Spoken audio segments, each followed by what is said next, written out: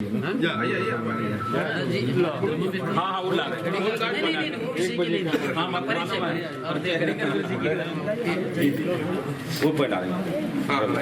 गुरुजी की माता जी भी गडीकर जी।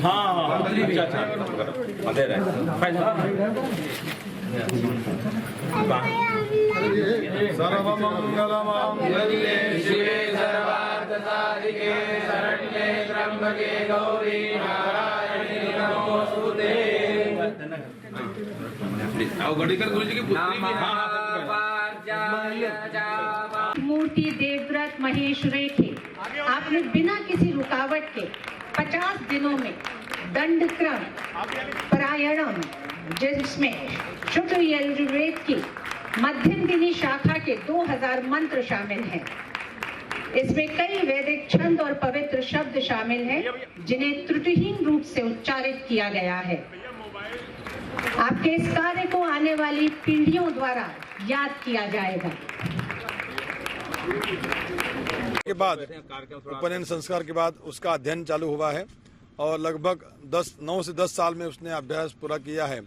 और ये जो दंडक्रम पारायण उसने किया है उसके लिए कम से कम ऊपर से 3-4 साल पढ़ाई करनी होती है। लेकिन उसने उसी अभ्यास में अभ्यास करते करते ही जैसे उसको पढ़ाया तो तुरंत उसे कंठस्थीकरण करते उसकी तैयारी करके आज उसने यहाँ पारायण किया है। और जैसे स्वामी जी ने बताया उस प्रकार से ये जो पारायण हुआ है किसी उपाधि को प्राप्त करने के लिए बिल्कुल हुआ नहीं है, क्योंकि ऐसा लगता है कि किसी प्राप्ति के लिए पारायण किया है। ये बिल्कुल यह गलत संदेश जाएगा। तो वेद भगवान की सेवा करने के लिए, संरक्षण के लिए हमारी वैदिक संस्कृति है, वैदिक जो हमारी धरा है उस सनातन धर्म की धरा को पुनर्जीवित करने के लिए या उसका संरक्षण करने के लिए ये पारायण हुआ है, बिल्कुल किसी उपाधि के लिए प्राप्त हुआ नहीं है। और सबसे बड़ी बात है जो विद्या का अर्जन किया है वो विद्या भगवान को सुनानी है, वो विद्या के माध्यम से भगवान को समर्पण करना है। इस माध्यम से पारायण हुआ है। ये बताइए कि प्रधानमंत्री नरेंद्र मोदी जी ने जो आपको एक सम्मान दिया है, कितना बड़ा ये सम्मान है और आपने क्या उपलब्धि हासिल की है? जी, उनके लिए तो हम बहुत बहुत धन्यवाद देना चाहते हैं कि उन्होंने हमारे गुरु परंपरा को नमन किया और वेद की और उन्होंने एक और कदम बढ़ाया है, ऐसा हमको लगता है।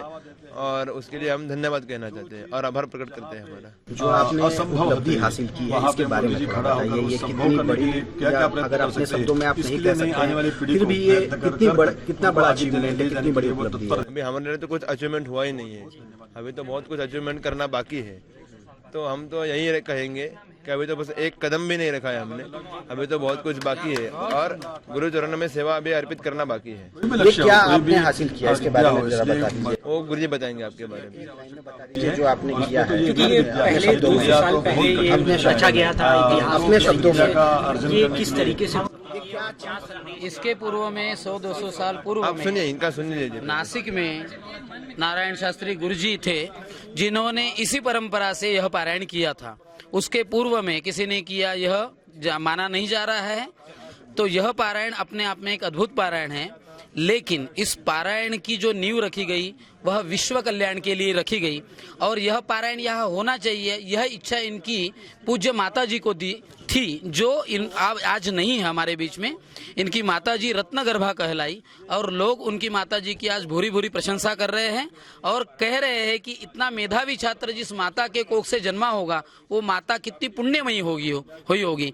और काशी में आकर यहाँ इन्होंने यह जो पारायण किया वह माता अहिल्याबाई होलकर जी को यह समर्पित कर रहे हैं, छत्रपति शिवाजी महाराज जी को और धर्मवीर संभाजी महाराज जी को और हमारे सभी मनीषियों को, ऋषि मुनियों को यह पारायण समर्पित हो रहा है। विश्व कल्याण यही हेतु है। और इतना मेधावी छात्र अगर किसी को चाहिए तो उसके लिए उपासना करनी पड़ेगी, तपस्या करनी पड़ेगी, फिर ही आपको ये छात्र ऐसे बालक मिलेंगे। आगे का लक्ष्य आगे बस हो गया। अरे हो गया भैया। आगे कहाँ तक सनातन धर्म का पताका बुलंद करना चाहते हैं? जी, अभी तो हमको कुछ पता नहीं है। गुरुजी जैसा कहेंगे उसी आज्ञा को मानकर हम आगे चलेंगे, यही हम कहते हैं, हमारी वाणी को विराम देते हैं।